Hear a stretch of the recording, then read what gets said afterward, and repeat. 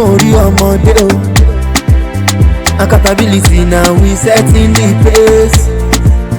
Ẹ sọ fáwọn ọ̀jẹ̀lú pé kí wọ́n gbọ́ lídé o. Ọ̀yọ́ ò ráyè sẹ́rẹ̀. Ọ̀yọ́ ò ráyè sẹ́rẹ̀. Our manifesto, we recognized a few things about the healthcare delivery in Oyo State. Affordability, availability, within a certain range of kilometers. And also, we looked at the issue of the quality, of the healthcare delivery system. We encourage our people to subscribe to the Oyo State Health Insurance Scheme, and we have made quite a bit of progress in that direction. Also on the issue of availability, when we came in, we took a census of the primary healthcare facilities within the state, and about 700. We visited a couple of them, and they were not up to a scratch. So we said, what do we do? So I called a meeting within our first 100 days in office. We met with the National Primary Healthcare Agency, with some of our local doctors, and we evolved the idea of, let us get within the state, in each what we call the electoral wards, we should have at least one functional primary healthcare facility.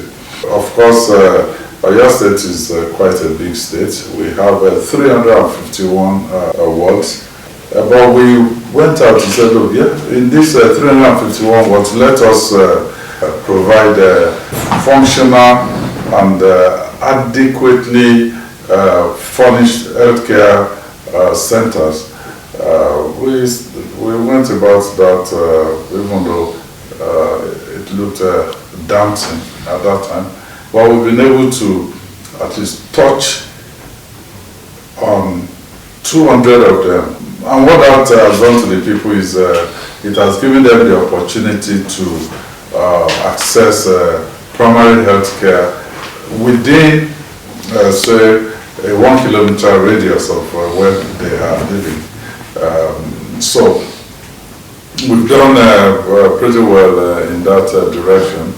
Also, remember that the secondary and tertiary healthcare centers came into focus with us as well.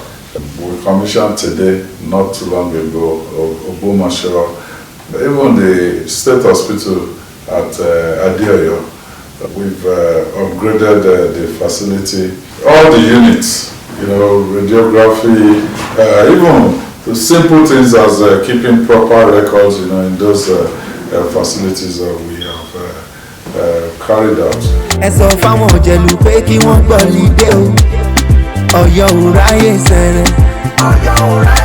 COVID hit, not up to maybe 8 months in office. All sort of issues were brought upon us. And all sort of suggestions also, because apart from the 1918 Spanish flu, I think the world had not experienced anything on that scale.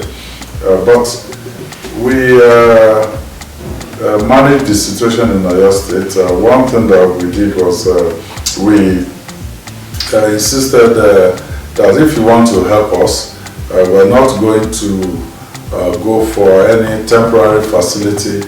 People came and said, well, why don't you turn your study into isolation centers and all of that. But we said, no, if you want to assist us, we're interested in permanent isolation centers. We turned one of the healthcare facility at Olodo into an infectious disease center, and that was adjudged to be the best in the country.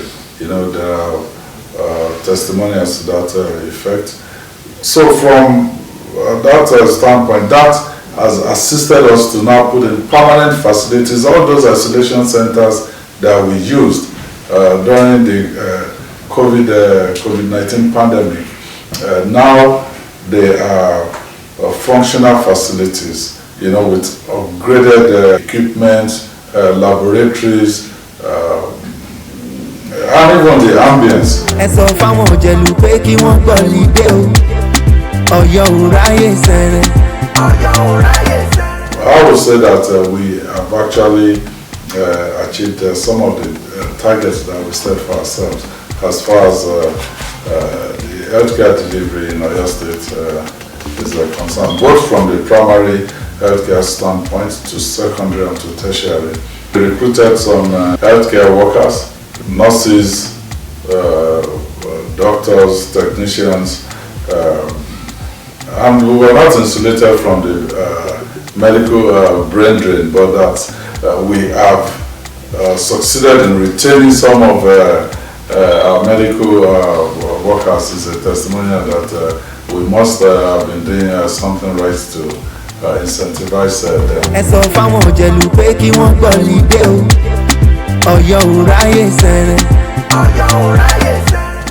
Because Oyo State is quite big, and when you go to all the zones in Oyo State, there are communities that are very rural,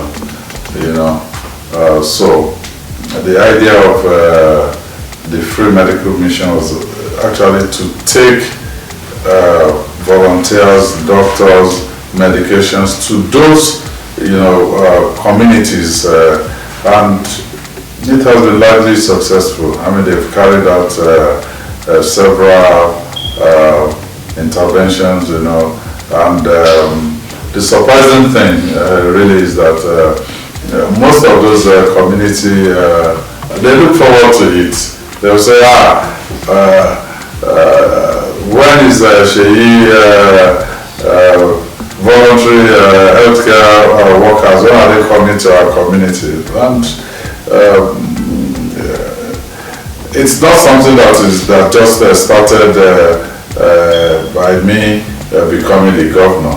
I have been doing that even as a private citizen. What being the doctor, what being the governor did for us is just to expand the scope of what we've been doing, whereas I was limited as a private individual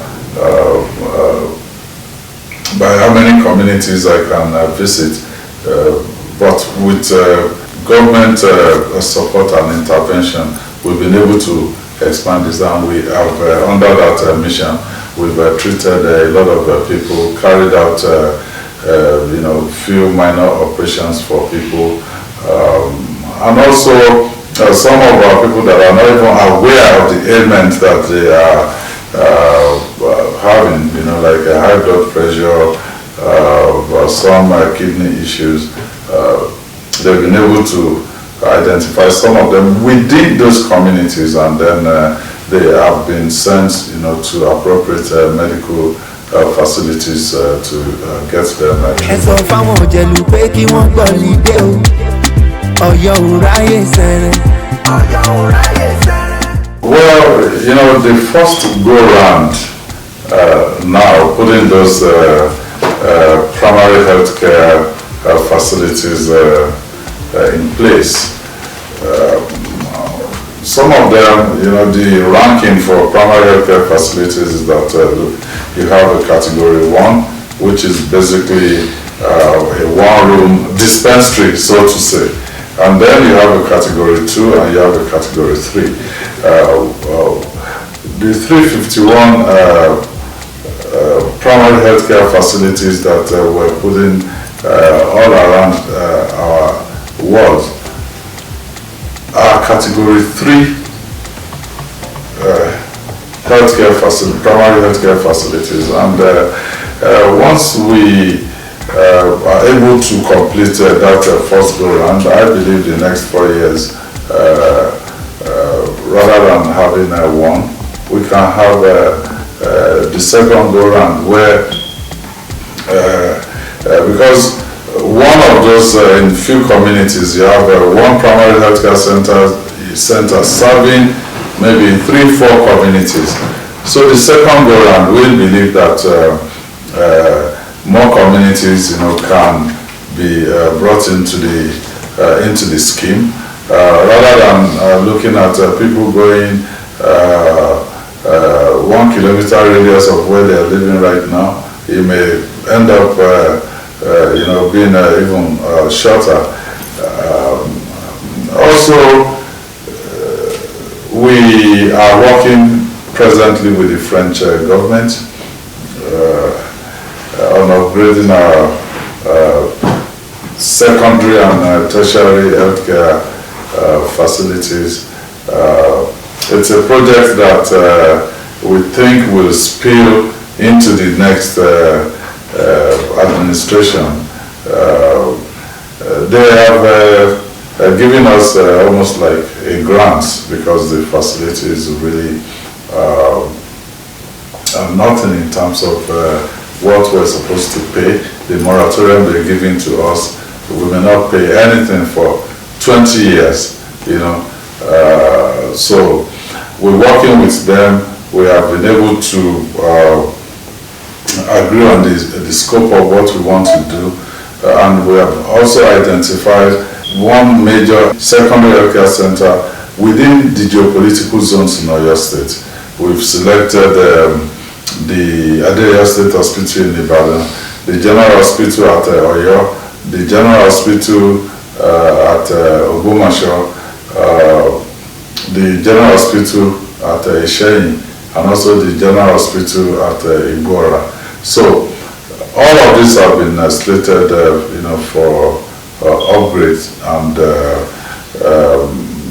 it is one project that I would love to, bring on board for a second tenure in office. And on the tertiary healthcare facility,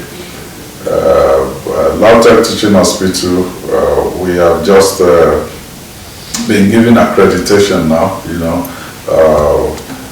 Even though a lot of people worked against, against it, both internal and external. But I would say we're quite thankful to the Medical and Dental Board of Nigeria. They were quite objective. We believe we will be producing doctors and medical personnel, for employment in Oyo State through the Lautech Teaching Hospital, and also the School of Midwifery at LALA. We are also doing a bit of work in there, upgrading and taking in more nurses, which we hope we're going to use to run most of the to fill the gaps within the facilities that we've upgraded right now. So that is going to allow us to get the full benefits of the upgrades that we've done, because physical structure, but once you have the personnel adequately trained and motivated, we think that will complete that. 200 PhD don't resuscitate, cause it be like magic, báwo ló ṣe ṣe. Omituntun 2.0, it's time to upgrade. Ọ̀yọ́ ò ráyè sẹ̀rẹ̀, Ọ̀yọ́ ò ráyè ràkàtì.